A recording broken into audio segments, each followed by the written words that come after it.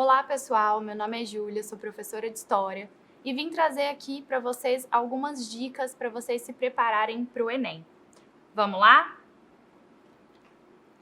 Alguns dos temas mais cobrados, e aí nós vamos falar sobre História do Brasil e História Geral. Aqui em História do Brasil, principalmente, o ano passado nós tivemos uma cobrança muito forte em cima do Brasil colônia. Então, da formação da sociedade colonial, da nossa base açucareira, das atividades econômicas, do ciclo da mineração. É bem importante, então, a gente ficar de olho aqui no Brasil colônia, que está sendo um tema muito cobrado. Segunda coisa, Primeira República. Nós vamos falar principalmente do coronelismo, nós vamos falar da chamada República do Café com Leite, nós vamos falar ali das oligarquias, da intenção de votos, das formas de manipulação eleitoral. Isso é um tema que está bem aí em voga e que o Enem cobrou bastante também o ano passado. Um terceiro tema, a Era Vargas, que também é bem recorrente já há muitos anos. A gente tem a questão do Estado Novo, nós temos a questão dos três períodos, as três fases de Getúlio Vargas, mas com ênfase no Estado Novo. E aí vamos falar da questão da censura na imprensa principalmente. Então, as leis aí do DIP, do famoso DIP, também é algo bem legal para que vocês fiquem atentos para a prova. E para, assim, finalizar o Brasil, a história do Brasil, nós temos a ditadura civil-militar, né? Então, um tema aí que muito falado e muito linkado, né, com a contemporaneidade. Então, é bem importante que vocês fiquem de olho na ditadura. Também nas leis de censura, nas disputas políticas ali, na questão dos partidos, na questão da Constituição, né? Então, é bem importante que a gente dê aí uma olhada para o cenário político da ditadura, também para a questão das resistências. Então, a gente vai trazer também a história cultural aqui para o tema da ditadura civil-militar, certo? Passando para a história geral, o que a gente tem que é um clássico dentro do Enem? Na Antiguidade Clássica, nós temos a Grécia Antiga. A questão da democracia, a questão da cidadania é algo que está sempre sendo cobrado, é recorrente aí no Enem. Para a gente prestar atenção também na formação das polis, né? Pensar aí em como foi construída a sociedade grega, pensar nessa antiguidade clássica, nas relações de escravidão, na transição para a Idade Média, para o surgimento da servidão. Então, é importante ali a gente pegar o finalzinho da antiguidade clássica, a gente pegar o finalzinho ali de Grécia e Roma também, tá? Passando para Idade Média, nós temos com ênfase, principalmente o ano passado, nós tivemos esse assunto também bem batido, a ênfase na Baixa Idade Média e no declínio ali da sociedade feudal para a formação do mundo moderno. Então, é importante que vocês fiquem de olho nesse sentido. Um outro tema muito recorrente também aqui para a gente na história geral e que vem crescendo, principalmente ali de 2020, 22 para cá, são os povos pré-colombianos e a colonização das Américas. Então, é importante que a gente fique de olho para a gente falar dos maias, incas e astecas, para a gente falar das diferenças de colonização, das diferenças de formação social que nós temos nessas colônias dentro da América, na intenção da vinda desses europeus, da chegada desses europeus no processo de colonização, nessa diferença ali do início da colonização, da formação da colonização, das atividades econômicas, das formas de trabalho. Então, o campo do trabalho também vai ser bem explorado. É bem importante que a gente fique de olho que esse é um tema, é um assunto que está crescendo, certo?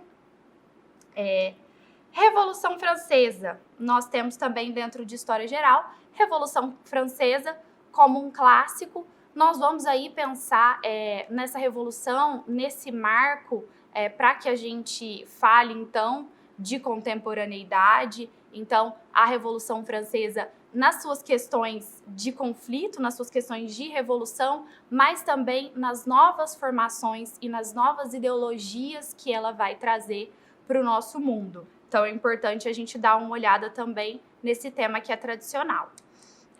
Primeira e Segunda Guerra, que também é um clássico. Primeira e Segunda Guerra Mundial está sempre ali nas questões do Enem. Então, é importante que vocês prestem atenção, essas questões elas vêm muito contextualizadas, né? É muito a cara do Enem esse desenvolvimento de uma análise dos textos, análises de tirinhas, análises de imagens, né? Obras de arte. Então, é importante, e na Primeira e a Segunda Guerra Mundial, principalmente na Segunda Guerra Mundial, a gente tem uma exploração muito grande desse tipo de conteúdo, desse tipo de linguagem nas questões. Então, é importante ficar de olho. E, por fim, Guerra Fria, também um tema que vai ser muito linkado à questão da bipolaridade do mundo, né? A questão dos dois blocos econômicos é uma questão que vai ser muito linkada a questões atuais, ao mundo atual, né? E essa divisão política e assuntos políticos, temas políticos atuais linkados à questão da Guerra Fria, né? E também trazendo essas novas formas de linguagem, os textos, essas contextualizações para as questões da Guerra Fria também, certo? Bom, então a gente vai para aqui alguns exercícios para que a gente possa dar uma treinada para vocês, tá? Exercício 1.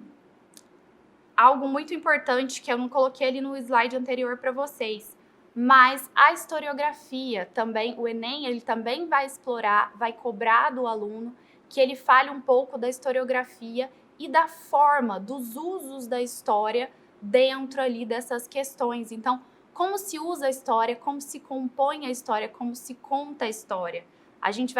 O Enem vai trazer muito isso e a gente precisa ficar bem atento. É a primeira questão que eu trouxe aqui para vocês, essa questão da historiografia. Então, vamos lá. É uma questão do ano passado. Superar a história da escravidão como principal marca da trajetória do negro no país tem sido uma tônica daquelas que se dedicam a pesquisar as heranças de origem afro à cultura brasileira.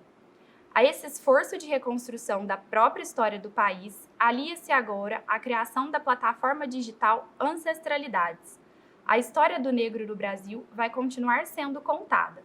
E cada passo que a gente dá para trás é um passo que a gente avança, diz Márcio Black, idealizador da plataforma, sobre o estudo de figuras ainda encobertas pela perspectiva histórica imposta pelos colonizadores da América.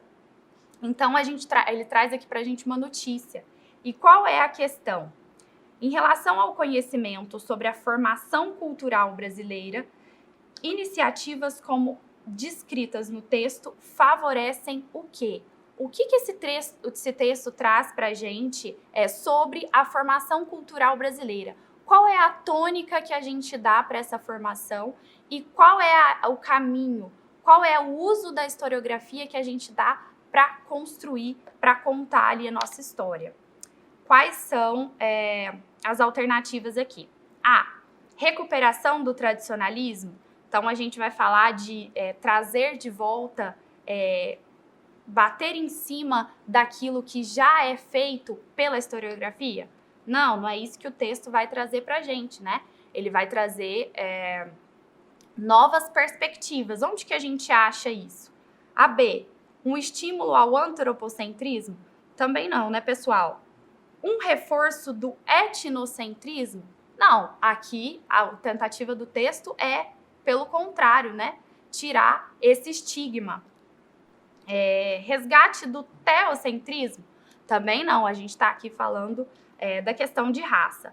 Então, por último, e o gabarito dessa questão, crítica ao eurocentrismo. Bem aqui, pessoal, quando ele fala dessa perspectiva imposta pelos colonizadores da América. Então, a visão apenas do colonizador e não do colonizado. A gente precisa, então, dentro da historiografia, abrir para essas novas perspectivas históricas para reconstruir, então, a nossa história. Então, é isso que esse primeiro exercício fala. Lembrem-se bem, leiam o texto atentamente, né? A resposta, ela vai ser muito vinda daquela interpretação que você tem do texto. Então, deem uma olhada nesse texto, uma lida com calma, para que vocês possam responder e conseguir eliminar alternativas logo de cara, certo? No exercício 2, nós temos a Antiguidade Clássica. Então, algo que eu falei para vocês, que está muito em voga, que sempre cai, que sempre tem em todos os anos aí do Enem. Então, vamos lá. Na Grécia, o conceito de povo abrange tão somente aqueles indivíduos considerados cidadãos. Assim, é possível perceber que o conceito do povo era muito restritivo. Mesmo tendo isso em conta, a forma democrática vivenciada e experimentada pelos gregos atenienses nos séculos 4 e 5 a.C. pode ser caracterizada fundamentalmente como direta. O que o texto vai trazer para a gente? Os problemas da composição da cidadania grega. Então, o que eu falei para vocês ali de temas cobrados, democracia, cidadania, como se deu essa construção, é isso que esse texto vai trazer para a gente, é isso que a introdução, a questão vai pedir para a gente, né? Qual é a forma de cidadania construída? E mesmo entendendo que essa cidadania era restrita na Grécia, né? Essa participação política nos debates políticos era restrito para aqueles que eram considerados cidadãos, a gente tem ainda assim um início daquilo que hoje a gente compõe enquanto cidadania, que a gente entende enquanto democracia, dizendo que essa democracia ela era caracterizada fundamentalmente como direta, ou seja, estes considerados cidadãos, eles tinham garantia de participação direta na vida política, principalmente ali de Atenas. Então é isso que o contexto vai trazer para a gente. E o que ele vai perguntar? Naquele contexto, a emergência do sistema de governo mencionado no excerto promoveu o quê, pessoal? A competição para a escolha de representantes. B, campanha pela revitalização das oligarquias. C, estabelecimento de mandatos temporários. D, declínio da sociedade civil organizada. E, participação do exercício de poder. E aí a gente volta no contexto e vai trazer principalmente ali como ele fala de como era essa cidadania, de como era exercida essa cidadania. Então, de forma direta. Qual alternativa a gente pode trazer aqui bem de cara para analisar essa questão? A participação do exercício de poder de forma direta, embora essa cidadania seja restritiva, tá? A cidadania ateniense sendo restritiva, ela é direta dentro do debate político. Então, gabarito, resolução da questão para vocês, letra E. Vamos pensar aqui um pouco sobre o que a gente poderia eliminar logo de cara, né? Então, ele não está falando sobre a competição para a escolha de representantes. Ele entra direto na forma de participação. Então, essa a gente poderia eliminar. Também poderíamos eliminar a B pelas questões das oligarquias. Aqui nós estamos falando do indivíduo, nós estamos falando do exercício da cidadania. O estabelecimento de mandatos temporários. Esse texto também não vai trazer, o contexto também não vai trazer para a gente a questão dos mandatos e das representações, e sim da participação. E também a gente não vai entender como um declínio da sociedade civil organizada, certo? Vamos lá para o próximo exercício aqui para vocês. O próximo exercício trouxe para vocês a Baixa Idade Média.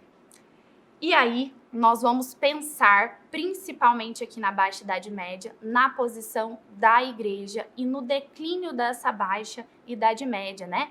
Quais eram os elementos que nós temos de formação social que vão dar a tônica para a nova sociedade que está por vir. Então, vamos lá ver os textos do exercício. Texto 1. Manda o Santo Ofício da Inquisição que ninguém, seja qual for seu estado, idade ou condição, pare com carroça, caleça ou montaria, nem atrapalhe com mesas ou cadeiras o centro das ruas, que vão da Inquisição a São Domingos, nem atravesse a procissão em ponto algum da ida ou da volta, amanhã, 19 do corrente, em que se celebrará o Auto da Fé. E também que nem nesse dia, nem nos açoites, nem nos dos açoites, ouse alguém atirar nos réus maçãs, pedras, laranjas, nem outra coisa qualquer. Texto 2. Como antecede em todos os ritos, o sentido do Auto da Fé é conferido pela sequência dos atos que compõem. Os lugares, as posturas, os gestos, as palavras são fixados previamente em toda a sua complexidade. Por isso, o Auto da Fé apresenta momentos fortes durante a preparação, a encenação, o ato e a recepção, que convém seguir em seus pormenores.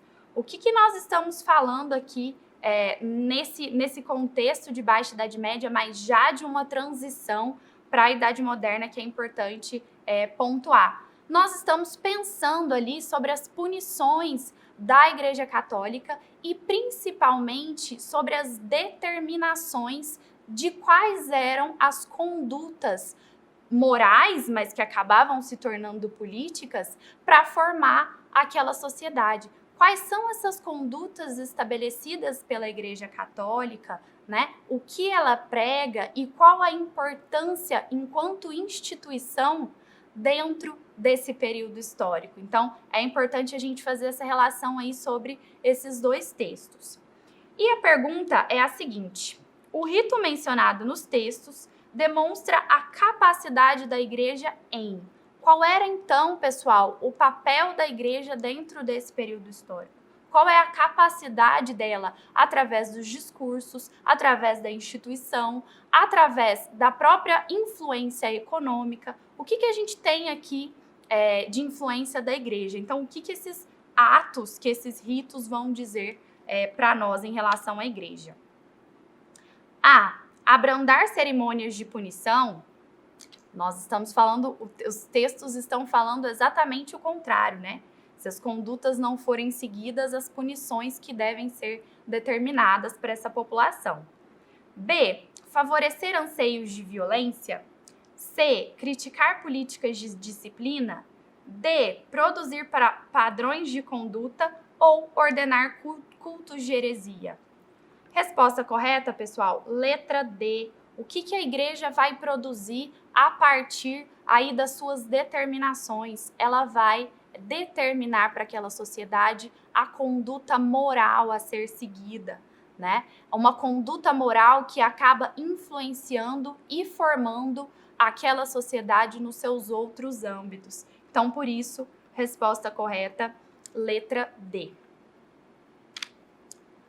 Próximo exercício, exercício 4 de Revolução Francesa, né? Então, um clássico aqui só para a gente treinar um pouco. A história do 1º de maio de 1890, na França e na Europa, o primeiro de todos os 1º de maio, é sobre vários aspectos exemplar.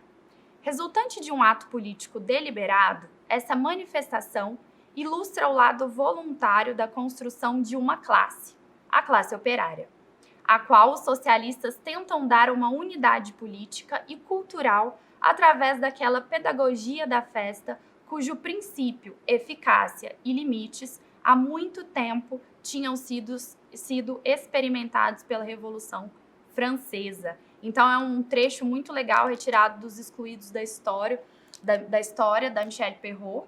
E nós vamos pensar aqui também, para além da Revolução enquanto conflito, para além dessa composição enquanto revolução, nós vamos pensar também as consequências dessa revolução, as classes, os movimentos que vão sair determinados dessa revolução, quais são as formas de rompimento que foram dadas para que a gente pense em uma transformação a ponto de falarmos em contemporaneidade. Então, quais essas consequências da Revolução Francesa quais as consequências para a formação da sociedade que nós temos aqui como saldo dessa revolução.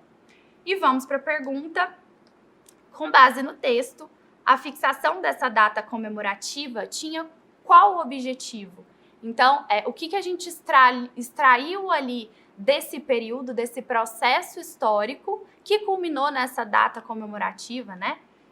No 1º de maio. A valorização de um sentimento burguês, valorizar um sentimento burguês. Nós estamos falando de classe operária, né? B, afirmar uma identidade coletiva. C, edificar uma memória nacional. D, criar uma comunidade cívica. E, definir uma tradição popular. Por que a gente tem a letra B aqui como gabarito dessa resposta, pessoal?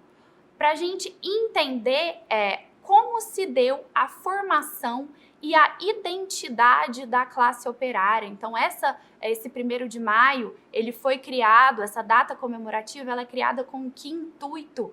A partir das consequências da Revolução Francesa, a partir da união da classe operária, a partir da própria formação dessa classe pós-revolução industrial e uma unidade pós-revolução industrial também, né? Então, a gente pode entender que o texto vai deixar bem explícito para a gente aqui nessa formação dessa consciência, dessa identidade de uma classe operária, vista a sua atuação política e vista a sua importância econômica ali naquele mundo que estava, naquele novo período que estava se formando, tá? Então, vamos lá, pessoal, para o próximo exercício. Exercício 5, América pré-colombiana, que eu falei para vocês, né, sobre essa insistência aí da prova em pensar, em pedir aí a América pré-colombiana. É importante que a gente, é um tema muito importante e é importante que nós prestemos atenção nessa temática. Então, vamos lá. Quando os espanhóis chegaram à América, estava em seu apogeu o Império Teocrático dos Incas, que estendia seu poder sobre o que hoje chamamos de Peru, Bolívia, Equador, e abarcava também parte da Colômbia e do Chile, e alcançava até o norte argentino e a selva brasileira. A Confederação dos Aztecas tinha conquistado um alto nível de eficiência no Vale do México e no Yucatán, na América Central.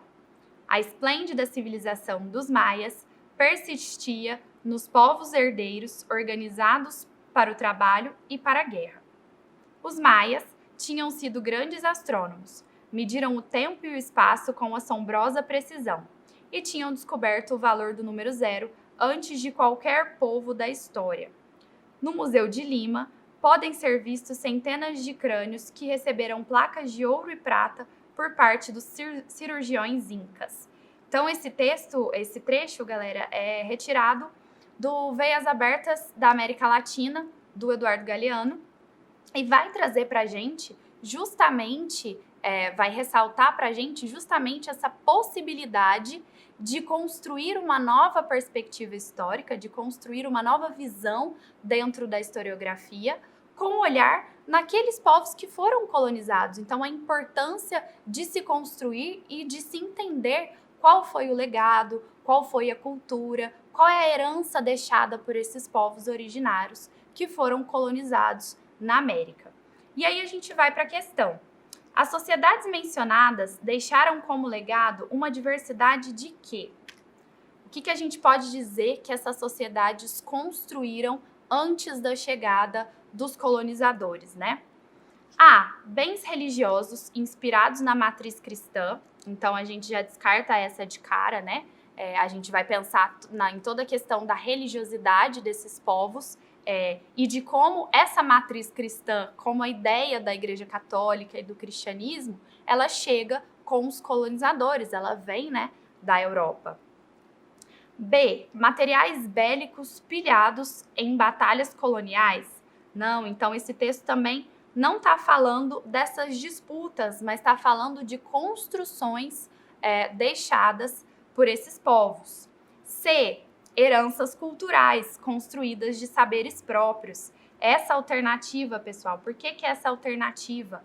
Porque o texto vai trazer, então, todas as construções, todos os avanços científicos, físicos, astronômicos construídos por essa civilização antes daquilo que os europeus vão trazer, daquilo que os europeus vão olhar e entender por civilização. Já o texto traz algo que já existia, que já era construído aqui por esses povos, tá? Então, letra C, e por que não D? Costumes laborais moldados em estilos estrangeiros. Então, nós estamos falando sobre estilos estrangeiros. E práticas medicinais alicerçadas no conhecimento científico. Também não, nós estamos falando da construção do legado deixado por esses povos, da construção a partir daquilo que eles entendiam, que eles próprios conseguiam desenvolver enquanto povos originários, certo? Vamos lá, pessoal, então, para o nosso último exercício aqui. Estamos com o nosso tempo contado. Exercício 6, e para trazer para vocês um pouco de Brasil.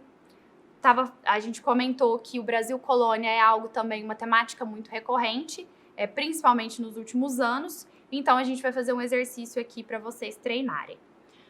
Para os impérios coloniais, o problema das doenças que atingiam os escravos era algo com que cotidianamente se deparavam os seus senhores.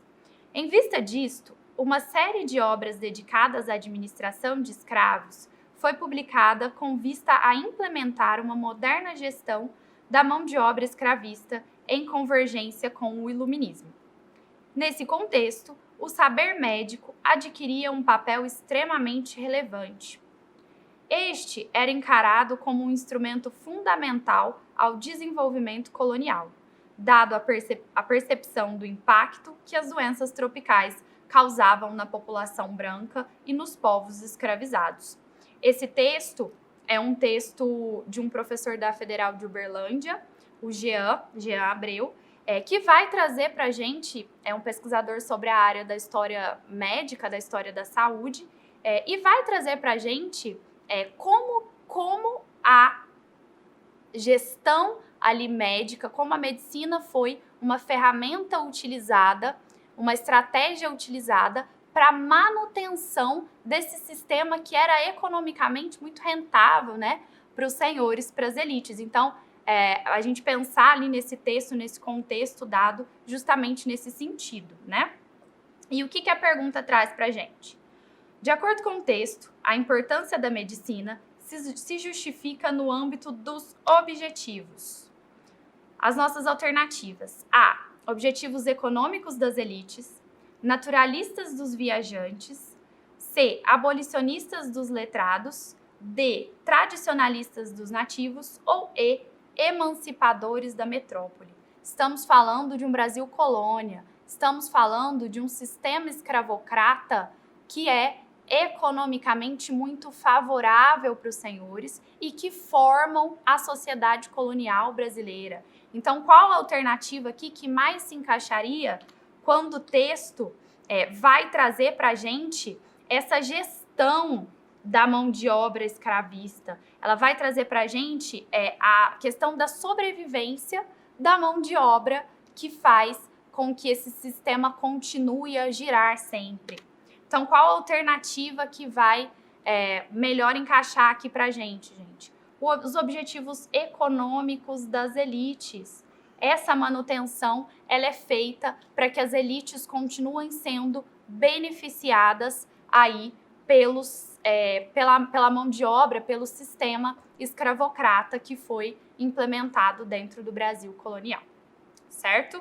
Bom, pessoal, eu espero que vocês tenham aí tirado proveito dessas questões, que vocês façam uma boa prova. Não se esqueçam de fazer essa prova com calma, não se esqueçam de ter uma boa noite de sono, de ter um descanso. Não se esqueçam dos documentos e da caneta preta. Desejo a vocês uma boa prova. Até a próxima!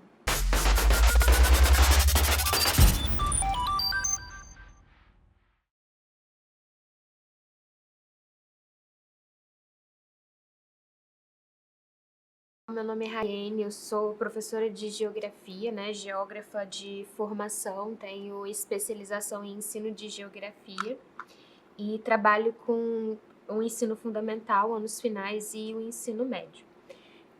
Hoje essa aula é de preparação para o Enem, então eu trouxe algumas questões recentes, de Enems recentes, de 2019 para frente, que retratam os principais temas de geografia. Dessa forma, a gente vai trabalhar problemas ambientais, né, e entra a biodiversidade, preservação ambiental, o espaço agrário, que vai trabalhar produção agropecuária, produção de alimento, movimentos sociais no campo, geopolítica, que a gente trabalha migração, disputas territoriais entre estados, conflitos, né, geopolítico e modo de produção, espaço urbano com os temas industrialização e geografia da população, que são os fluxos migratórios, análises referentes ao campo populacional. E, por último, a geografia física, né, que a gente vai trabalhar geologia, relevo, clima, vegetação. Nesses temas, o que tem se destacado nos últimos anos é realmente as questões em torno da biodiversidade e em torno do grande eixo geopolítica, que vai trabalhar as questões de população e economia. Então, vamos lá. A primeira questão que eu trouxe para vocês já é com o tema na grande área, né, da biodiversidade. A gente está trabalhando pegada ecológica. Essa foi aplicada no Enem de 2019. A pegada ecológica gigante que estamos a deixar no planeta está a transformá-lo de tal forma que os especialistas consideram que já entramos em uma nova era geológica, o antropoceno. Antropoceno aí vem de ação do homem, né, o termo antropoceno. Muitos defendem que, se não travarmos a crise ambiental, mais rapidamente transformaremos a Terra em Vênus do que iremos a Marte. A expressão antropoceno é atribuída ao químico e prêmio Nobel Paul Cruzen, que a propôs durante uma conferência no ano de 2000, ao mesmo tempo que anunciou o fim do Holoceno, né, que era a era geológica em que os humanos se encontram há cerca de mais ou menos 12 mil anos, segundo a União Internacional das Ciências Geológicas. Essa entidade define que as unidades é aquela que define, né, a unidade de tempo geológico. Esse é um fragmento, né, do texto antropoceno e se formos os últimos seres vivos a alterar a Terra. Então, a questão. A concepção apresentada considera a existência de uma nova era geológica concebida a partir da capacidade de influência humana nos processos. As opções: A, eruptivos, B, exógenos, C, tectônicos, D, magmáticos e E, metamórficos.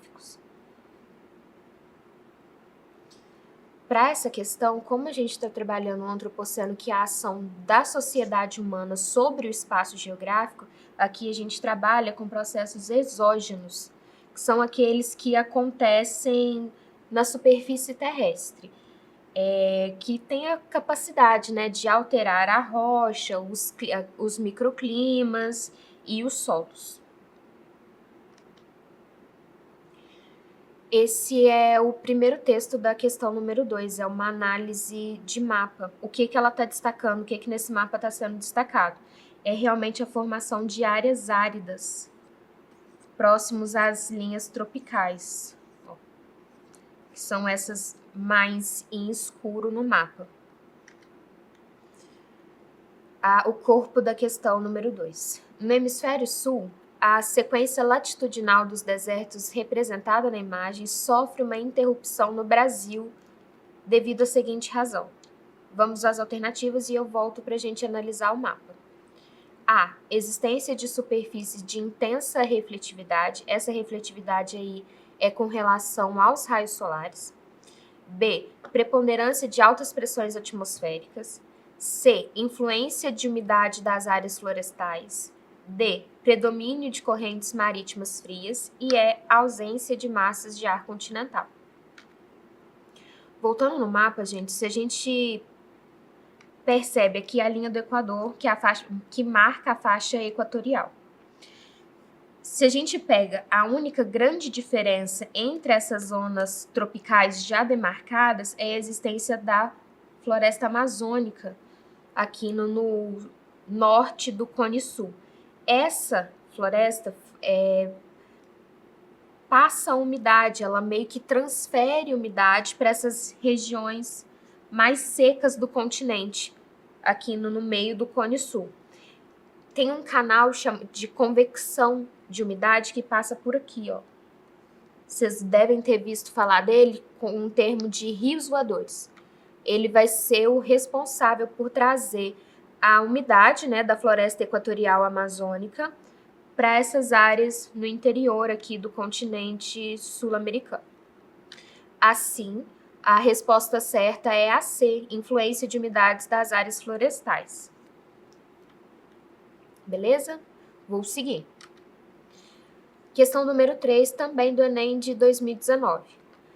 Esse é um fragmento do livro Geografia da Riqueza, né, Fome e Meio Ambiente, onde o autor trata que a fome não é um problema técnico, pois a ela não se deve à falta de alimentos. Isso porque a fome convive hoje com as condições materiais para resolvê-la. O que o autor está falando aqui? Ele está dizendo, olha, hoje a fome no mundo não é um problema de falta de técnica de produção de alimento.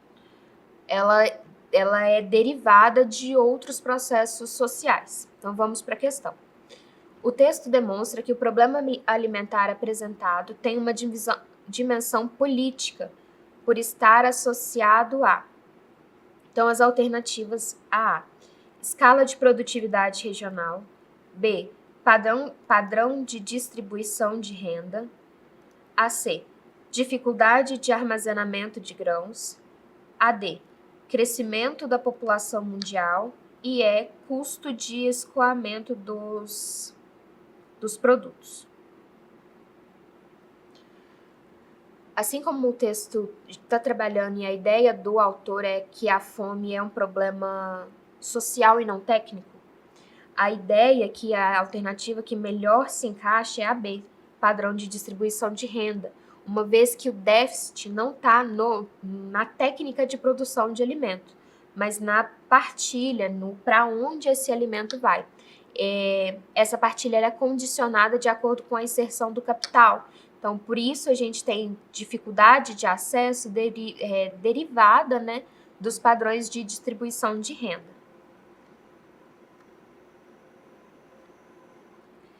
Questão número 4. Essa também é do Enem de 2019. Saudado por centenas de militantes de movimentos sociais de 40 países, o Papa Francisco encerrou no dia 9 de julho de 2015 o segundo Encontro Mundial de Movimentos Populares, em Santa Cruz de la Sierra, na Bolívia. Segundo o Papa, a globalização da esperança, que nasce dos povos e cresce entre os pobres, deve substituir essa globalização da exclusão e da diferença. Esse trecho que o Papa coloca em onde ele divide o processo de globalização entre globalização da esperança e globalização da exclusão, igual está aqui no texto, também é citado pelo geógrafo Milton Santos, um dos grandes expoentes da geografia brasileira, que trabalha nessa área de geografia crítica, né? Que é uma pegada mais econômica, mais urbana dessa análise geográfica. Para o Milton Santos, assim como está explicitado aqui na fala do Papa, há duas formas de encarar o processo de globalização. Então, ele pode ser, sim, a globalização da esperança, no sentido que há uma partilha de técnica, no sentido que há um avanço, né, da interação cultural, das trocas entre as sociedades, mas também gera um processo de exclusão, uma vez que o processo de globalização ele é subordinado ao capital. Então, quem usufrui dos benefícios da globalização são aqueles que têm acesso ao capital. Então, vamos para a questão. No texto, há uma crítica ao seguinte aspecto do mundo globalizado. Alternativa A, liberdade política. Alternativa B, mobilidade humana. Alternativa C, conectividade cultural. Alternativa D, disparidade econômica. e a alternativa é complementaridade comercial.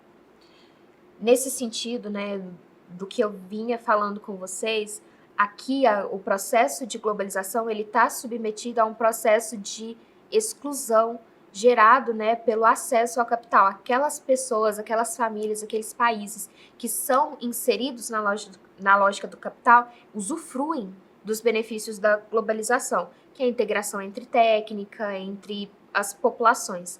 Aqueles países, aquelas sociedades que não se inserem na lógica do capital vão ter dificuldade de acesso, vão ter dificuldade de integração nesse fenômeno de globalização. Nesse sentido, aqui a alternativa correta é a D.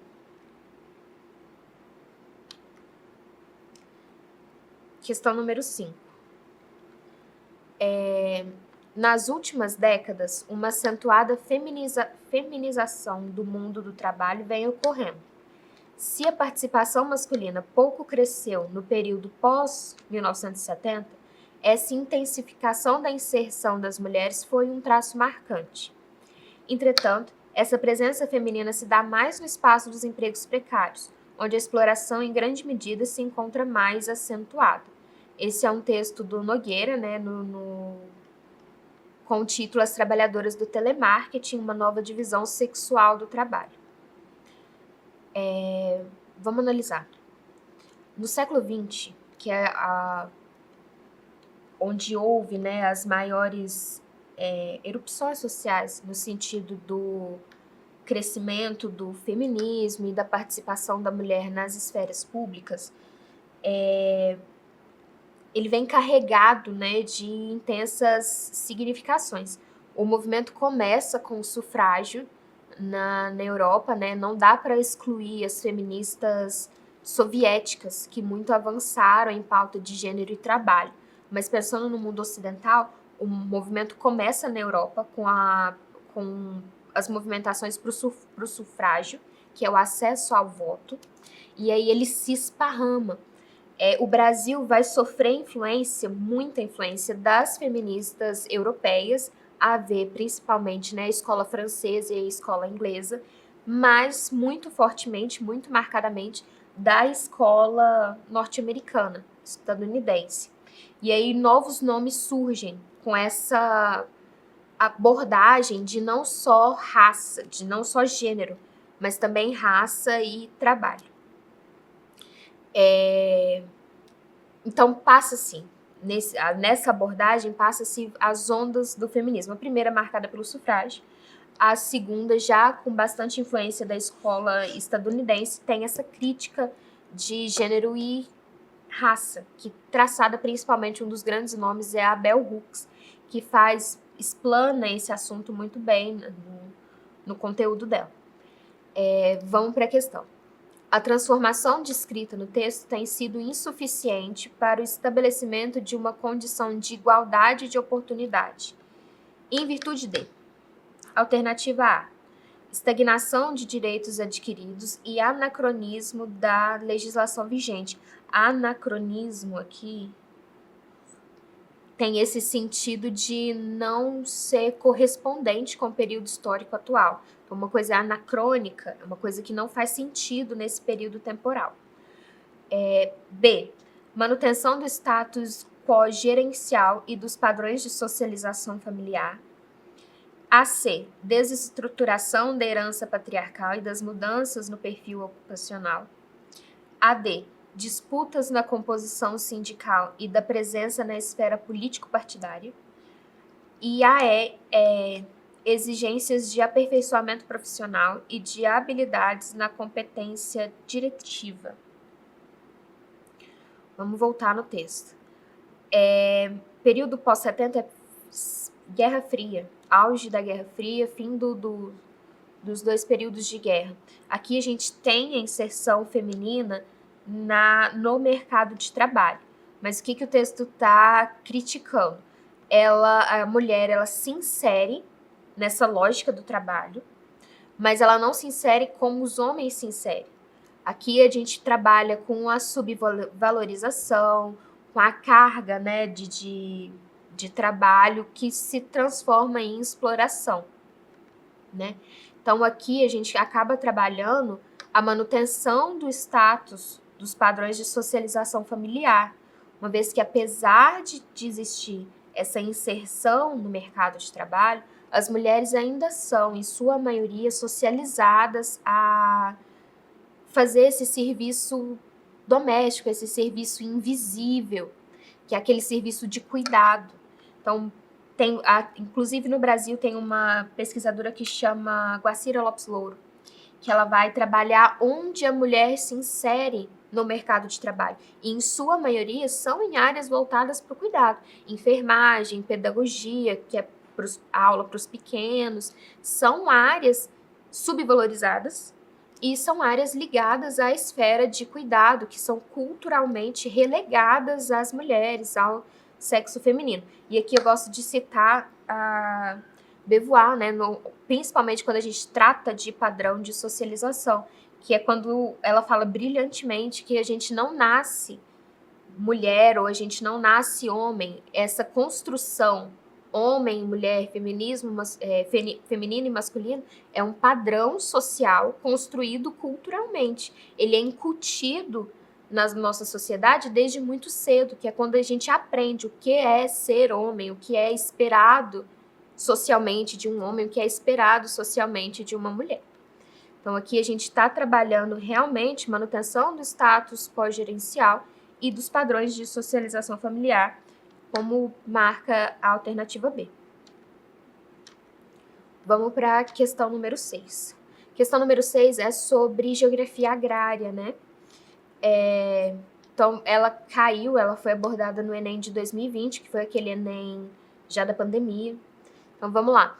A propriedade compreende em seu conteúdo e alcance a propriedade privada. Além do tradicional direito de uso, gozo e disposição por parte do titular, a obrigatoriedade do atendimento de sua função social, cuja definição é inseparável do requisito obrigatório do uso racional da propriedade e dos recursos ambientais que lhe são integrantes. O proprietário, como membro integrante da comunidade, se sujeita a obrigações crescentes que, ultrapassando os limites do direito de vizinhança, no âmbito do direito privado, abrangem o campo dos direitos da coletividade, visando o bem-estar geral no âmbito do direito público. Esse é um texto retirado do princípio da função social da propriedade e sua repercussão sobre o sistema de Código Civil. Vamos analisar, né, o corpo do texto. Então, a propriedade privada compreende, além do tradicional direito de uso, a obrigatoriedade do atendimento de sua função social. No Código Civil Brasileiro, essa obrigatoriedade vem da Lei 4.504, promulgada em 64, que é o Estatuto da Terra. Se vocês derem uma pesquisadinha, vocês vão ver quais são, né, as funções civis ligadas ao uso e à propriedade de terra. Terra no Brasil tem função social. O que é isso? É um lema, né, dos principais movimentos sociais do campo, que é terra para quem dela planta, para quem dela precisa. Que é o cumprimento dessa função social da terra seria assim, olha, terra para plantar, terra para produzir. A terra no Brasil, ela não deveria estar parada em grandes propriedades rurais, esperando que haja a sua valorização. Então, cumprindo o Estatuto da Terra, e até mais recente, né, o artigo 5 da Constituição, promulgada em 88, a terra tem essa função social até para evitar o crescimento das desigualdades sociais. Então, vamos para a questão. Os movimentos em prol da reforma agrária, que atuam com base no conceito de direito de propriedade apresentado no texto, se propõem a: alternativa A, reverter o processo de privatização fundiária; alternativa B, ressaltar a inviabilidade da produção latifundiária; alternativa C, defender a desapropriação dos espaços improdutivos; alternativa D, impedir a produção exportadora nas terras agricultáveis, e a alternativa é coibir o funcionamento de empresas agroindustriais, conglomerados agroindustriais no campo. Nessa questão, indo de encontro, o que eu vinha falando com vocês, a alternativa correta aqui é a C. Defender a desapropriação dos espaços improdutivos, que são aquelas áreas, geralmente de latifúndio, que ficam descansando ou que ficam paradas, né, sem contribuir com a função social. Outro ponto que é interessante a gente voltar aqui no texto é essa parte aqui, ó. Se sujeito à obrigação crescente, que ultrapassando os limites dos direitos de vizinhança, abrangem o campo do direito da coletividade. O que é isso? É a mesma coisa de falar assim, olha, sua terra é privada, sua propriedade é privada, mas se dela vir um recurso natural de valor social, por exemplo, se dela tem uma nascente de um rio importante, ela tem que cumprir com a função social. Ela não cabe aqui a qualquer vontade do proprietário de terra, porque ela tem essa função social resguardada na Constituição, que deve ser cumprida. Beleza? Eu vou avançar.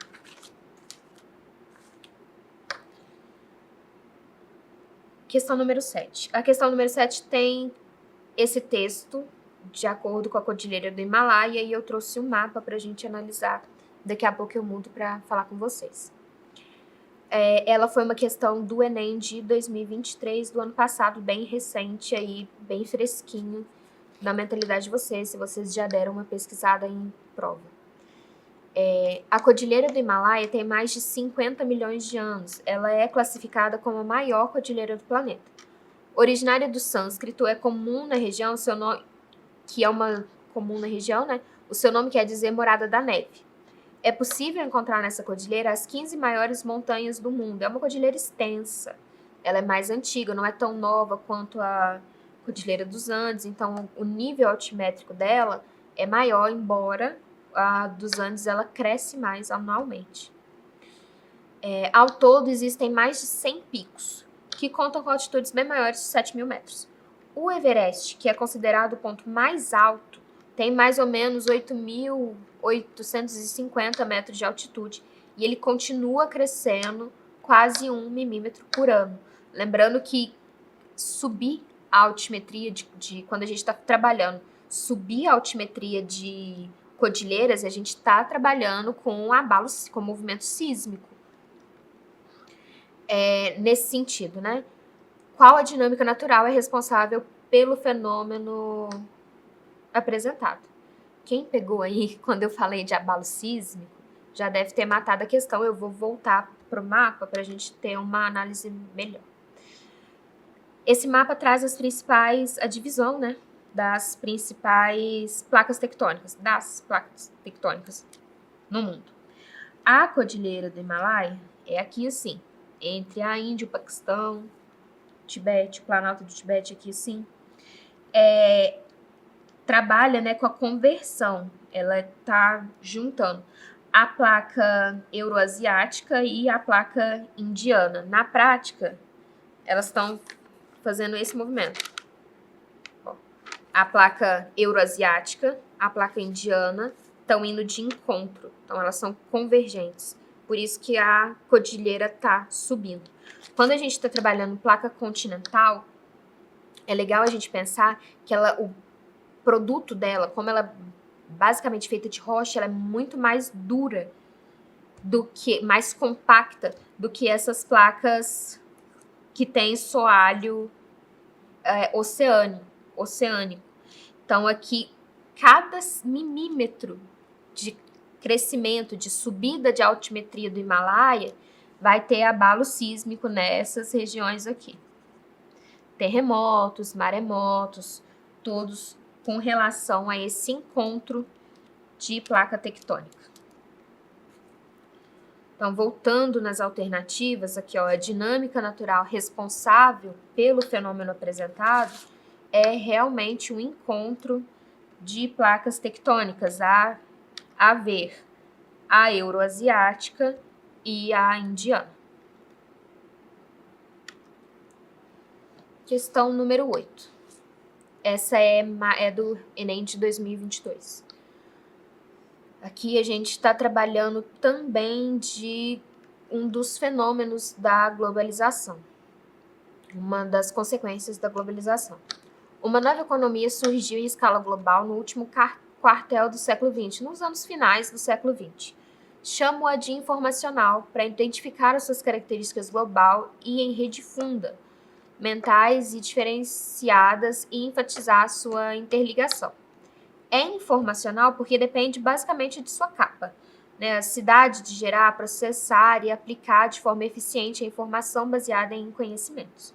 É global porque seus componentes estão organizados em escala global, diretamente ou mediante uma rede de conexão entre agentes econômicos.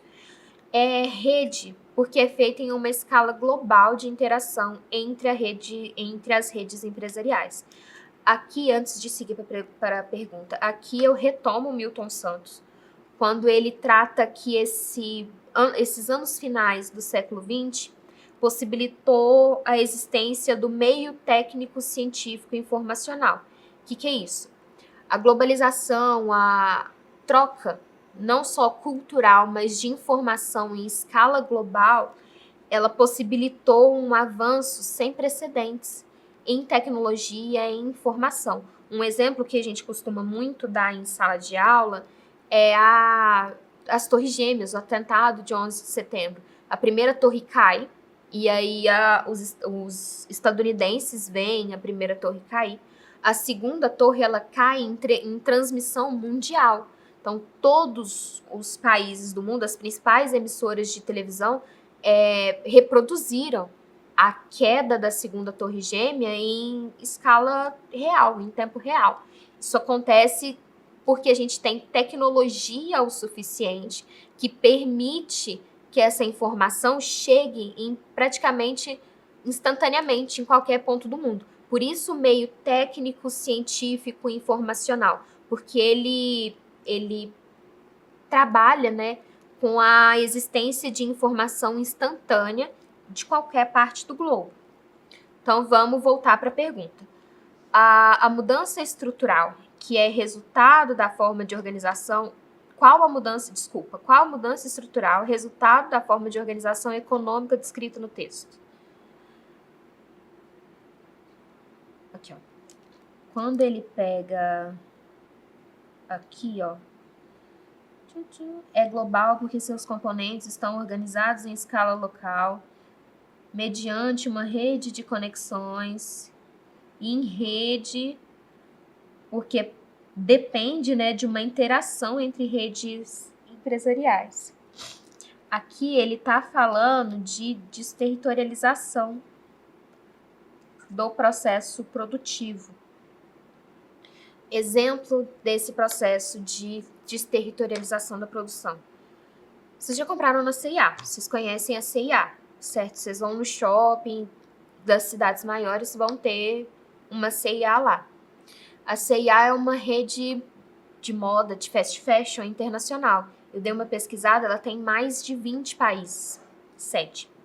Então, vamos pensar, se você vai lá na C&A, aqui no Brasil, aqui em Uberaba, vou dar um exemplo local, se você vai lá na C&A e compra uma blusinha, você vai ver lá, Made in Tailândia. As roupas são confeccionadas lá e vêm para cá. Essa desterritorialização da produção, ela está falando assim, olha, já que a gente tem tecnologia o suficiente para acomodar esse processo mundial em escala geográfica, em escala de produção industrial, a gente fragmenta o processo produtivo, a gente divide o processo produtivo e coloca ele em espaços geográficos que vão dar algum benefício para nossas empresas. Então, pode ser benefício ambiental, aquele espaço que ela se encontra vai ter matéria-prima ou vai ter uma legislação ambiental mais amiga das empresas, mais flexível, ou pode ser mão de obra, aquele local que ela se instaura vai ter uma mão de obra ou mais qualificada ou mais barata, normalmente mais barata, ou a gestão empresarial se encontra num espaço que permite que ela organize esses outros espaços mundiais de acordo com a sua escala de produção. O caso da C&A, ela define aquela modinha de acordo com as tendências europeias e de acordo com as tendências norte-americanas, vai mandar essa produção para a Tailândia e a Tailândia redistribui essa produção para os outros países em que a C&A tem sua sede. Então, aqui a gente está falando de desterritorialização do processo produtivo, que é muito bom, ele traz um bônus para a gestão empresarial, porque ele reduz o custo de produção. Beleza? Gente, é isso que eu tenho para apresentar para vocês hoje. Eu agradeço. Espero que vocês façam um bom Enem. Perto da prova, eu acredito que vocês estão estudando, que vocês vão ser, eu espero que vocês sejam bem-sucedidos, mas se lembrem que a prova não define quem vocês são, a nota da prova não define quem vocês são. Então, façam uma boa prova, tenham um bom descanso antes e espero que tenha ajudado.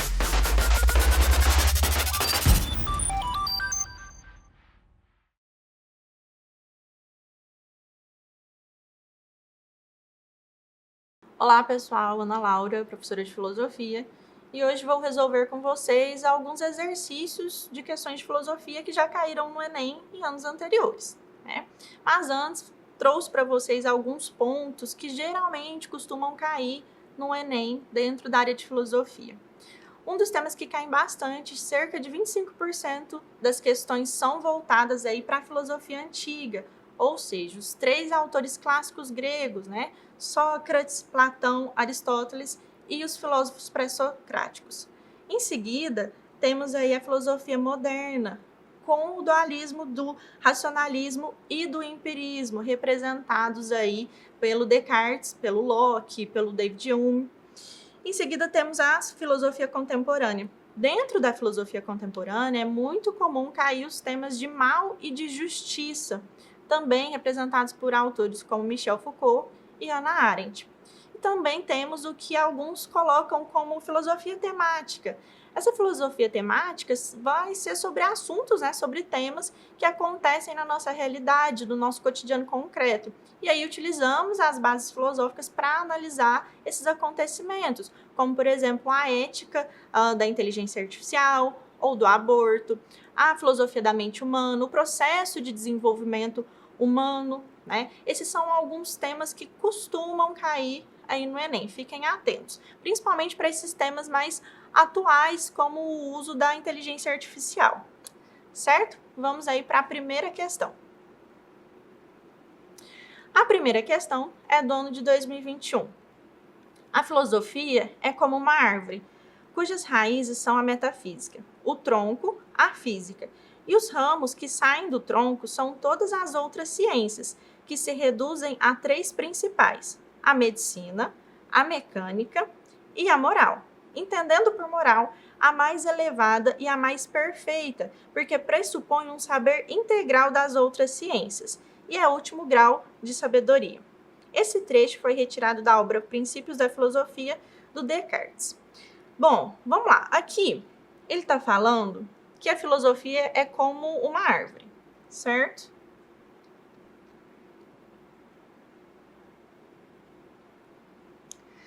Dessa árvore, as raízes, aqui,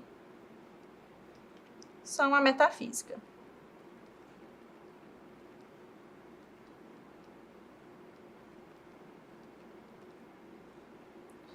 O tronco, a física. E os ramos que saem dos troncos, né, vamos pensar assim, os galhos aqui, vão ser as outras ciências, mas tem 3 principais, que a gente tem a medicina, temos a mecânica,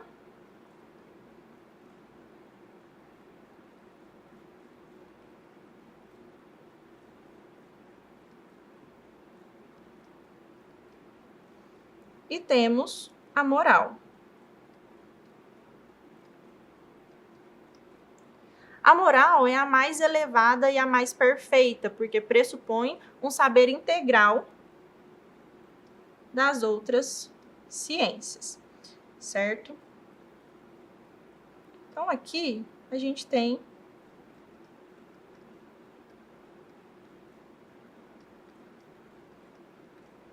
a filosofia. Vale lembrar que o Descartes ele é um filósofo racionalista, né? Ou seja, ele busca verdades absolutas. Essas verdades absolutas, elas vão ser alcançadas através da ciência, do método cartesiano.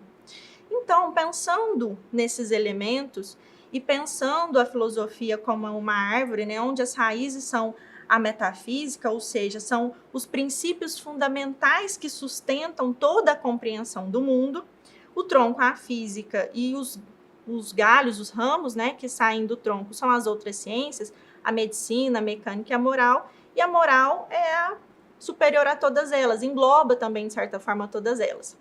A gente vai para o comando que pede, que diz, essa construção alegórica, ou seja, nessa construção da representação de Descartes acerca da condição epistemológica da filosofia, quer dizer, acerca da origem do conhecimento da filosofia, tem como objetivo, alternativa A, sustentar a unidade essencial do conhecimento, B, refutar o elemento fundamental das crenças, C, impulsionar o pensamento especulativo, D, recepcionar o método experimental e E, incentivar a suspensão dos juízos. Pode ser que no momento da prova dê um branco, você não se lembre exatamente qual conceito está relacionado ao qual autor, mas fiquem atentos ao que o texto diz e ao que o comando solicita, porque o próprio texto, juntamente com o comando, ele vai dar indícios de qual alternativa está correta, né? Aqui, se a gente pensar nessa construção da árvore, pensando o que é a filosofia como uma árvore cujas raízes são a metafísica, o tronco a física, os ramos que saem do tronco são as outras ciências, tendo a moral como a mais elevada, a gente já chega na alternativa correta, que está falando que é sustentar a unidade essencial do conhecimento. Essa própria relação já dá a resposta, porque em momento algum essa relação tá próxima do que seria refutar, impulsionar, recepcionar ou incentivar. Então, o que quer dizer? A origem do conhecimento, nessa representação do que o Descartes diz sobre a origem do conhecimento da filosofia, ela tem como objetivo sustentar. Ela não tem como objetivo refutar o elemento fundamental de crenças, né? Impulsionar o pensamento especulativo, recepcionar o método experimental, incentivar a suspensão dos juízos. Ainda mais aqui, incentivar a suspensão dos juízos. O juízo pressupõe de uma racionalidade. O conhecimento científico, ele advém da razão. Então, não teria como ser essa alternativa. A mesma coisa a gente pode falar com as demais, refutar o elemento fundamental das crenças. Essa não é o objetivo, né, da ciência, da filosofia, da origem aí do conhecimento filosófico. Refutar, impulsionar o pensamento especulativo. Ciência não se faz com um pensamento especulativo, né? A verdade absoluta. Recepcionar o método experimental. A mesma coisa, não se produz ciência, não se produz essa verdade por esses meios. Então, pensando na própria representação da filosofia como uma árvore, a gente já tem a ideia aqui de sustentar a unidade essencial do conhecimento. A próxima questão é uma questão de 2022, onde diz: o leproso é visto dentro de uma prática de rejeição ao exílio cerca. Deixa-se que se perca lá dentro como numa massa que não tem muita importância diferenciar. Os pestilentos são considerados num policiamento tático meticuloso, onde as diferenciações individuais são os efeitos limitantes de um poder que se multiplica, se articula e se subdivide. O grande fechamento por um lado, o bom treinamento por outro. A lepra e a sua divisão. A peste e seus recortes. Uma é marcada, a outra analisada e repartida. O exílio do leproso e a prisão da peste não trazem consigo o mesmo sonho político, né? Esse é um trecho da obra, uma das obras mais famosas do Foucault, Vigiar e Punir, Nascimento da Prisão. Aqui, o comando diz: os modelos autoritários descritos no texto apontam para um sistema de controle que se baseia no na. Então, vamos destacar algumas palavras aqui que são importantes para a compreensão do que está se pedindo. Aqui ele está falando de modelos autoritários. Quando a gente está falando de modelos autoritários que vão apontar para um sistema de controle, e a gente retorna aqui ao texto, a gente pode falar aqui do exílio cerca, a gente pode falar de um policiamento tático, né? Também podemos falar desse treinamento e da prisão. Quando a gente vê a referência vigiar e punir, né, nascimento da prisão, a gente retoma ao conceito de sociedade disciplinar. O conceito de sociedade disciplinar, ele vai trazer instituições, né, de poder que são disciplinadoras. Quais que são essas instituições? A gente pode fazer referência e pode lembrar da escola, das fábricas, dos hospitais, para além das prisões que o texto aponta. O que essas instituições disciplinadoras, elas têm em comum? Qual que é o objetivo dela, né? A docilização dos corpos. Essa docilização dos corpos quer fazer com que esses indivíduos eles sejam produtivos, sejam úteis de alguma forma, e sem que eles questionem algo, né? Então, esse é o intuito dessa disciplina.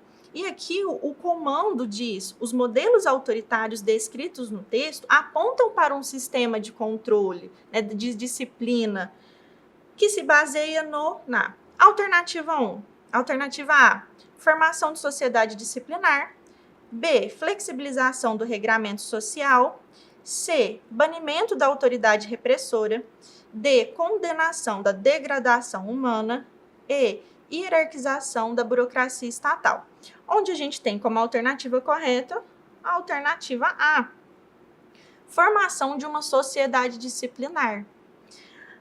A alternativa B, ela está incorreta, porque quando a gente está falando de modelos autoritários, a gente não fala em flexibilização, né, do regramento social. Pelo contrário, a gente tem uma rigidez ainda maior. Banimento da autoridade repressora. Se a gente está falando de modelos autoritários, como que a gente vai banir essa autoridade repressora? D, condenação da degradação humana. Aqui ele não está falando da lepra e a peste, não está falando de uma degradação, e sim de questão de saúde.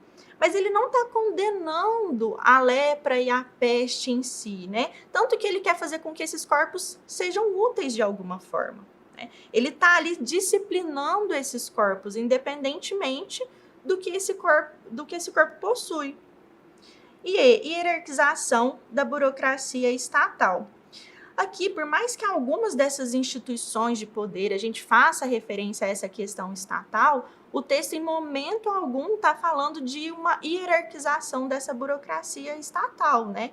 Também faz parte do conceito do Foucault, mas ele não fala de hierarquização da burocracia estatal. Por mais que esse modelo, em algum momento, possa estar relacionada com a esfera pública, ele não fala de como ele vai funcionar estruturalmente, de uma hierarquia entre essas esferas ou de uma hierarquia burocrática. Ele está falando qual que é o objetivo, certo?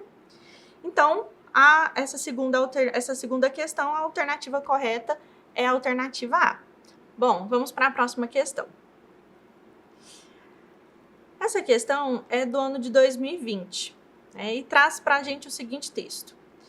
Vemos que toda cidade é uma espécie de comunidade e toda comunidade se forma com vistas a algum bem, pois todas as ações de todos os homens são praticadas com vistas ao que lhe parece um bem. Se todas as comunidades visam algum bem, é evidente que a mais importante de todas elas e que inclui todas as outras tem mais que todas este objetivo e visa ao mais importante de todos os bens. é um trecho, né, da obra política do Aristóteles. Aqui, quando a gente está falando do Aristóteles, é importante a gente lembrar de alguns pontos. O Aristóteles, ele é um autor que vai falar que nós somos seres gregários. O que é isso?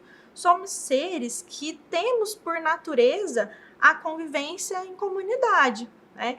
Então, esse conceito também está relacionado com o conceito de animal político. Ou seja, a nossa vida, nós seres humanos, fomos feitos para a vida em comunidade. Não é possível alcançar a justiça, a virtude e a felicidade de forma isolada, certo? E aí, aqui no texto, ele traz várias vezes a busca por um bem, né? Então, aqui ele vai falar que vemos em toda a cidade uma espécie de comunidade que se forma, né, com vistas a algum bem, pois todas as ações de todos os homens são praticadas com vistas ao que lhe parece um bem. Se todas as comunidades visam algum bem, é evidente que a mais importante de todas elas, e que inclui todas as outras, tem mais que todas esse objetivo, né? E o mais importante de todos os bens. Que bem que é esse? Ele está falando do bem comum, né? E aí, o maior bem comum para o Aristóteles é a felicidade, é o que ele vai chamar de eudaimonia. Então, para o Aristóteles, nós seres humanos sempre estamos em busca da felicidade, certo? E aí o comando diz o seguinte: no fragmento, Aristóteles promove uma reflexão que associa dois elementos essenciais à discussão sobre a vida em comunidade, a saber, bom, pelo que foi dito até agora, a gente já sabe de cara que a alternativa correta é a alternativa A. A ética e política, pois conduzem à eudaimonia, né? A ética e a política, elas vão auxiliar nesse processo de alcance da felicidade, que é a eudaimonia. A ética por essa igualdade, por esse equilíbrio, né? E a política pela vida em sociedade. A alternativa B, retórica e linguagem, pois cuidam dos discursos na ágora. Por mais que retórica e linguagem também são conceitos, né, do Aristóteles, essa busca pela felicidade, ela não vai estar presente aí só nos discursos na ágora, certo? É para todos essa busca por felicidade. Metafísica e ontologia, pois tratam da filosofia primeira. Quando a gente está falando da filosofia primeira, a gente está falando de cosmologia. Democracia e sociedade, pois se referem às relações sociais.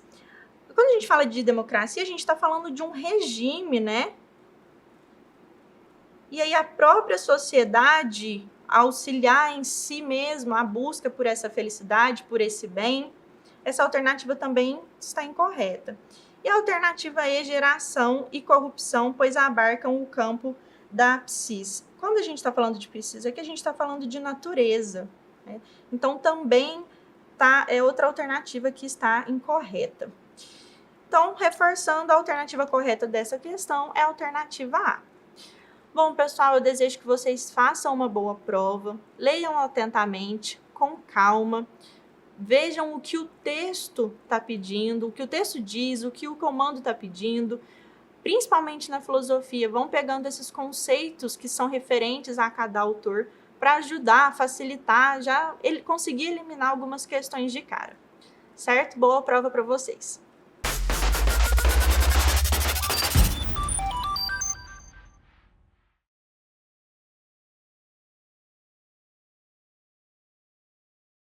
Olá, pessoal, meu nome é Ana Laura, sou professora de Sociologia e hoje nós vamos resolver algumas questões do Enem. Mas antes vou trazer algumas dicas para vocês de alguns conteúdos que costumam cair bastante na prova. Um dos conteúdos que mais caem é movimento social, principalmente movimento negro, movimento feminista e muito provavelmente esse ano deve cair alguma coisa sobre o movimento ambientalista, frente aos desastres que aconteceram no Brasil.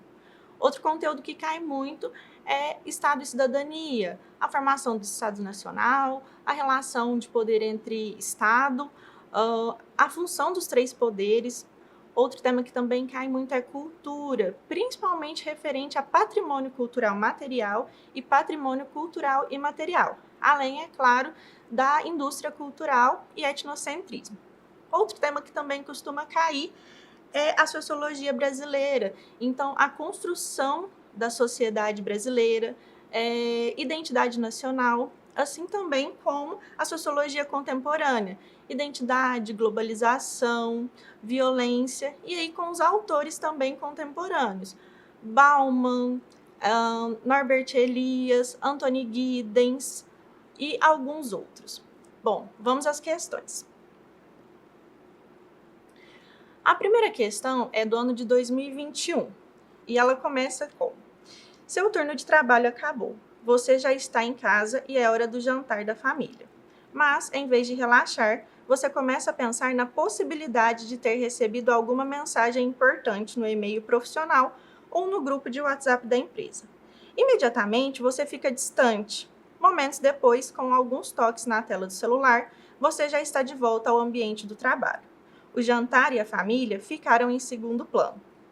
Aqui é um trecho, né, do texto: a simples vontade de checar mensagens no trabalho pós-expediente prejudica a sua saúde e a da sua família, da BBC.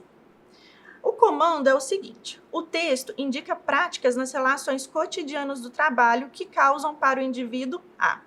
Retornando aí ao texto, o texto traz para nós algumas características da atualidade relacionadas ao trabalho, né, como a crescente utilização da tecnologia. E aí, com essa crescente utilização da tecnologia, é muito difícil a gente separar o âmbito privado do âmbito do trabalho. Ele meio que se mistura. Dentre as alternativas que a questão nos dá, a gente tem a alternativa A, né, que essas relações cotidianas no trabalho na atualidade vão causar para o indivíduo a proteção da vida privada, B, ampliação de atividades extras, C, elevação de etapas burocráticas, D, diversificação do lazer recreativo e E, desobrigação de afazeres domésticos. Aqui, pensando nessa relação, né, da gente não conseguir mais separar o âmbito privado do âmbito do trabalho, que essas relações vão se mesclando cada vez mais, o trabalho vai tomando conta da nossa vida privada, das nossas relações, porque a qualquer momento a gente pode estar novamente naquele ambiente, seja fisicamente ou não. A alternativa correta é a alternativa B, a ampliação de atividades extras. Aqui, essa relação ela não protege a vida privada, então ela está incorreta. Alternativa C, elevação de etapas burocráticas. Pelo contrário, essa facilidade da tecnologia, ela não traz etapas burocráticas. D, diversificação do lazer recreativo. Trabalhar não é lazer, né? E D, desobrigação dos afazeres domésticos. Os afazeres domésticos, eles vão continuar existindo, seja ele qual for. A gente vai estar só protelando, prorrogando o momento de realizá-los, mas eles ainda existem. Vamos para a próxima questão. Essa questão é do ano de 2021, que diz: nos setores mais altamente desenvolvidos da sociedade contemporânea, o transplante de necessidades sociais para individuais é de tal modo eficaz que a diferença entre elas parece puramente teórica. As criaturas se reconhecem em suas mercadorias, encontram sua alma em seu automóvel, casa em patamares, utensílios de cozinha. É um trecho retirado da obra A Ideologia da Sociedade Industrial, o Homem Unidimensional, do Marcuse.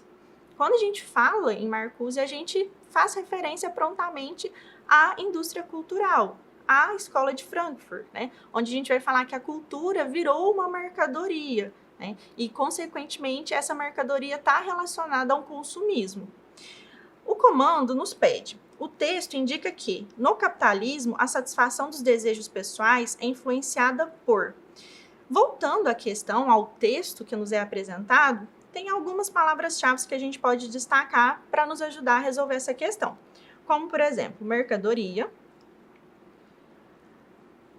Aqui, que a diferença entre elas é puramente teórica. Falar que as mercadorias vão ter, né, passam a ter, encontrar sua alma em seu automóvel, casas, patamares, utensílios de cozinha. Quando a gente volta aqui no texto e fala que a diferença entre elas parece puramente teórica, a gente pode fazer uma relação também com outro conceito, né, que é o de razão instrumental, onde a racionalidade, né, a razão, ela é utilizada para dominação e não para emancipação do ser humano. Então, é nesse momento aqui que essa diferença, né, essas necessidades, elas vão parecer puramente teóricas, porque elas já são de uma outra forma manipuladas por essa indústria cultural, né, que está relacionada aí com a cultura em massa, com a produção de mercadorias, que vai levar ao consumo, que de certa forma, serve para atender às nossas necessidades, para satisfazer os nossos desejos dentro do sistema capitalista. Então, o comando pede, o texto indica que, no capitalismo, a satisfação dos desejos pessoais é influenciada por alternativa A, políticas estatais de divulgação, B, incentivos controlados de consumo, C, prescrições coletivas de organização, D, mecanismos subjetivos de identificação e E, repressões racionalizadas do narcisismo, sendo a alternativa correta a alternativa D, né? Então, no capitalismo, a gente não vai falar de políticas estatais de divulgação. O texto também não nos apresenta isso, né? Incentivos controlados de consumo. Esses incentivos, ele pode até existir algum, mas não no sentido de ser controlado. Prescrições coletivas de organização, da mesma forma. E repressões racionalizadas do narcisismo. A palavra repressões aqui já indica que essa alternativa está incorreta. Bom, vamos para a próxima questão. Essa questão é uma questão de 2023, bem recente, onde diz: a diversão é o prolongamento do trabalho sob o capitalismo tardio. Ela é procurada por quem quer escapar ao processo de trabalho mecanizado para se pôr de novo em condições de enfrentá-lo. Mas, ao mesmo tempo, a mecanização atingiu um tal poderio sobre a pessoa em seu lazer e sobre a sua felicidade, ela determina tão profundamente a fabricação das mercadorias destinadas à diversão, que essa pessoa não pode mais perceber outra coisa senão as cópias que reproduzem o próprio processo de trabalho. Esse é um trecho retirado da obra Dialética do Esclarecimento, do Adorno e do Horkheimer, né? Aqui, pessoal, é muito comum nas questões do Enem ter temas que vão estar, de certa forma, mesclados, né? Então, aqui a gente está falando de trabalho, mas a gente também está falando de autores contemporâneos. Então, não necessariamente, quando tiver questões de trabalho, vai ser uma questão específica ou voltada para Marx. Quando a gente falar de Estado, a gente vai ter que remeter ao Weber. Então, é muito comum ter essa mistura. Então, fiquem atentos ao que vocês estão lendo no texto e ao que o comando está pedindo, porque também pode ter essa ambiguidade e, às vezes, vocês acabarem se confundindo. Ok? Bom, aqui quando a gente está falando de trabalho e pensando, né, que a gente está falando de trabalho a partir da obra do Adorno e do Horkheimer, novamente a gente volta à escola de Frankfurt, né? E o texto também aponta isso, que esse trabalho mecanizado, ele vai impor condições diferentes das quais o trabalho anteriormente representava. Então a gente também está falando sobre a nossa atualidade. Aqui ele está colocando, né, que a diversão vai ser um prolongamento do trabalho, principalmente por conta da influência dos veículos, né, de comunicação de massa, já que a gente está falando aí, está fazendo referência à escola de Frankfurt. Então, esses mecanismos, esses veículos de comunicação de massa, eles buscam estimular em nós a necessidade de algo que, na realidade, nós não temos, né? E aí é como se essa influência, eles estimulam uma influência de forma como se nós não estivéssemos sendo influenciados. É uma falsa consciência, né? Ele vai gerar uma falsa sensação de escolha.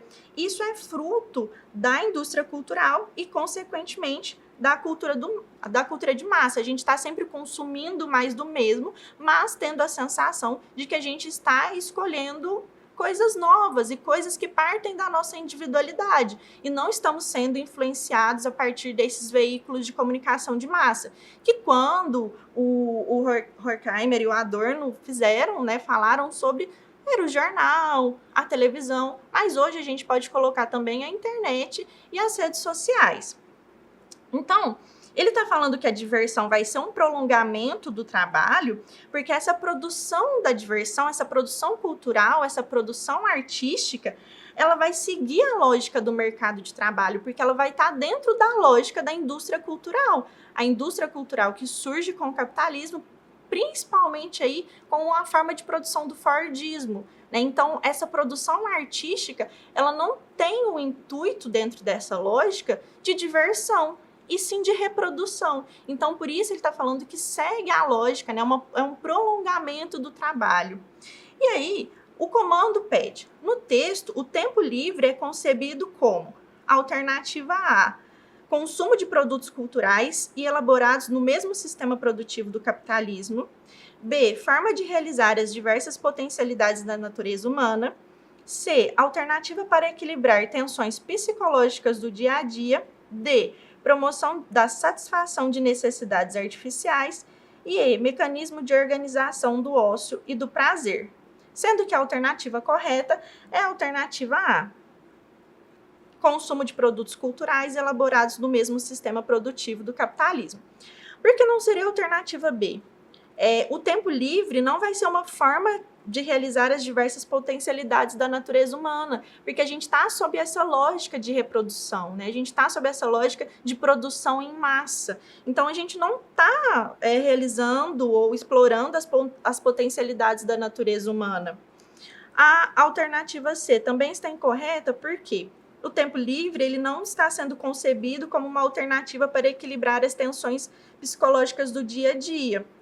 Ele está sendo concebido, talvez, como, pensando aqui a partir do que a alternativa está dando, como uma forma de alienação, né? Para a gente não pensar, para a gente não refletir sobre as tensões, sobre os problemas que a gente vai ter, seja no campo do trabalho, seja no campo familiar.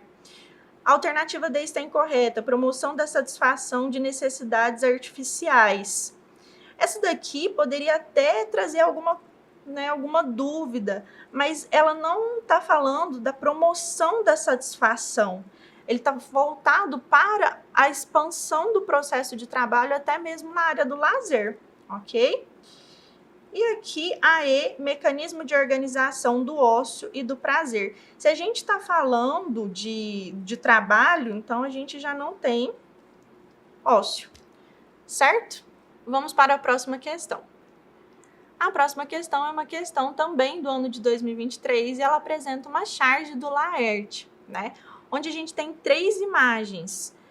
Aparentemente, uma mulher fala para a lâmpada, eu queria poder. Na segunda imagem, a lâmpada responde, força, visão de raio-x, telecinese, telepatia. E na última imagem, ela responde, poder político, né?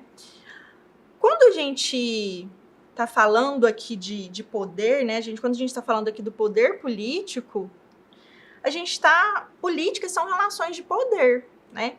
E aqui, quando ela volta, que ela fala que ela queria poder, e a lâmpada responde se seria força, se seria visão de raio-x, né? Poder ver através das coisas, telecinese, poder movimentar objetos com a força do pensamento, telepatia, poder se comunicar com a força do pensamento, ela fala que não, que ela queria poder político. Esse poder político nada mais é do que uma busca por participação, né?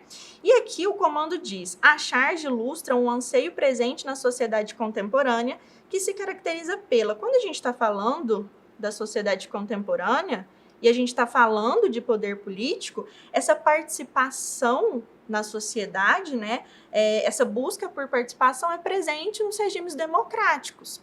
Então, tendo esses conceitos, essas ideias em mente, vamos às alternativas.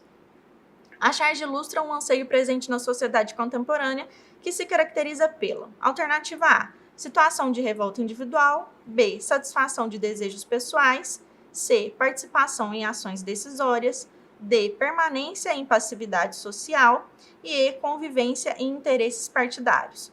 A alternativa correta nesse caso é a alternativa C, participação em ações decisórias, que é o que esse regime nos permite, pensando também nesse poder político, né? Nessas relações de poder da vida em sociedade. A alternativa A está incorreta porque situação de revolta individual A charge não ilustra nenhuma revolta, né? Satisfação de desejos pessoais. Quando a gente está falando que ela quer um poder político, ou seja, que ela está buscando por uma participação na vida em sociedade, não tem como ser uma satisfação de desejo pessoal. D, permanência e impassividade social. A participação, ela não é uma passividade social, né? Então, ela está buscando justamente o contrário. E a alternativa E, convivência em interesses partidários. Política não está só no campo partidário, não está só nos partidos ou no Congresso. Quando a gente fala de política, a gente está falando de relações de poder. Então, a convivência em interesses partidários não faz sentido, até porque em momento algum é mencionado algum partido ou alguma intenção partidária aqui na charge, certo?